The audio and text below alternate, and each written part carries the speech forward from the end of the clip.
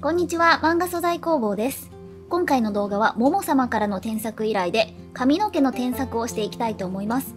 お悩みについてですが、イラストの髪がうまく表現できません。矢印の頭部の流れに特に違和感を覚えます。髪の質感がぬめっとしてまるで紙をかぶっているみたい。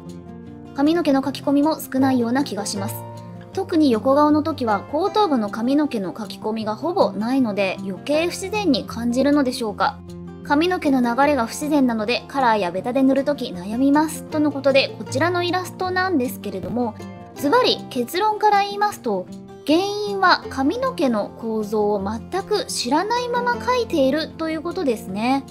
なので今回は髪の毛の構造について説明をしていきます。これは自分の髪を見るのが一番手っ取り早いと思うんですけれど、まず前髪の生え際がありますね。そしてその生え際からこのように分け目へと続き、この脳天のつむじとつながっています。大まかに言うと、前髪のパート、側頭部のパート、後頭部のパートと3つのパートに分けたものが髪の構造、髪の毛の生え方になります。これをよくあるアングルから見るとこんな感じです。前髪の赤い部分、側頭部の緑の部分、そして青い部分の後頭部とこのように分かれていますね。ですがその意識がなく正しい構造と流れをご存じないために、この脳天のつむじですね、この場所から全ての髪の毛を生やしてしまっておりますね。基本的には奥と手前のパーツを区別して線画を立体的にしていくわけなんですが、知識が足りないためにシルエットの中の立体が見えず、今描いている場所が一体何なのか分からず、全体的に迷子になっているんだと思われますね。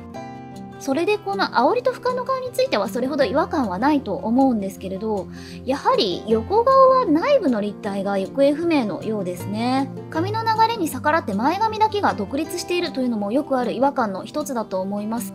やはりシルエットのみに頼っているとこういうことは頻繁に起こってくるので、まず中身の基本構造を知って物のつながりと流れ、手前と奥というものを理解しながら描くというのが大事ですね。そしてこの横顔に関しては髪だけではなく頭部の形が少し歪んでいるので、頭部の構造も少し解説してみましょう。まず横から見た頭部というのは後頭部が少し出っ張っているような状態です。厳密にはアジア人の骨格というのは結構絶壁なので、元の絵が正しいといえば正しいんですが、アニメや漫画というのはより強調された骨格をベースに描かれていることが多くてですね。ですのでこうして後頭部をちょっと大きめに描くのがスタンダードなんですよね。特に私たちは漫画とアニメを常日頃から見て見慣れているので、特に私なんかは後頭部がちょっと小さいとすぐ気になっちゃうんですよね。例えば漫画やアニメを描く上でどうしても人種を描き分ける必要があり、わざと描いているというのならわかるんですが、そうじゃない場合はもうちょっと後頭部を足してあげた方がいいのかなという気がしますね。そしてやはり生え際が脳天のみなので、そこから無理やりに立体感を出そうとされているのか、ちょっと後頭部から不自然に前髪を膨らませているような気がします。前髪本来ならここから生えますね。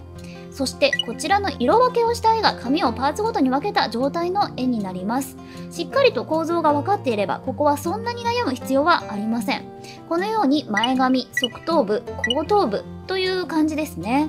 よくある違和感についてもやはりこの生え際ですね。髪の構造が分かっていないためにこういう不自然な流れで髪の毛を描いてしまうんですね。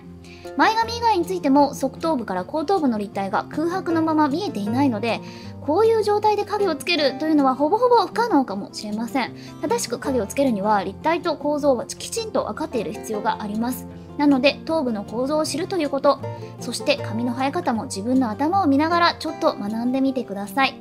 そしてそれ以外でちょっと気になった横顔あるあるなんですけれど、この目をビネのギリギリに描いてしまう人すごく多いんですよね。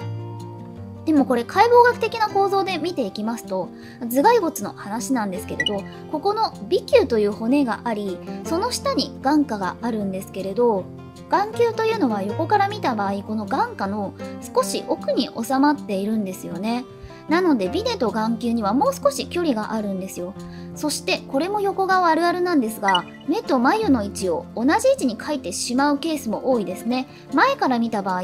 目と眉の位置関係というのはこういう状態になっておりまして、線でつなぐとこんな感じです。眉頭と目頭というのは同じ垂直ライン上にはないんですね。横顔でもそれは割と顕著に現れるので、このように眉頭と目頭は意識的に距離を作ってあげると違和感のない横顔が描けるんじゃないでしょうか。あと大人の男性を描く場合は顎も大事です。この絵では顎のパーツが消失しているような感じがあるので、そこも気をつけてみてください。ということで今回のおさらいをしていきましょう。最初に髪の毛の構造、毛の生え方を知っていきましょう。まず前髪の生え際があり、基本的には分け目からつむじへの流れで髪の毛が生えていますね。分け目の両脇には側頭部の緑色のパートがあり、つむじから後ろが後頭部のパートです。この3つのパーツを意識しながら、髪の生え際から髪の毛を頭部の立体に合わせて生やしてあげるといいでしょう。手前から奥にかけてパーツを別々に意識するというのは、やはり絵の立体感を出すには欠かせない意識となりますので、模写練習の際にも気をつけてみてください。ということで、もも様ご応募ありがとうございました。また次回の動画でお会いしましょう。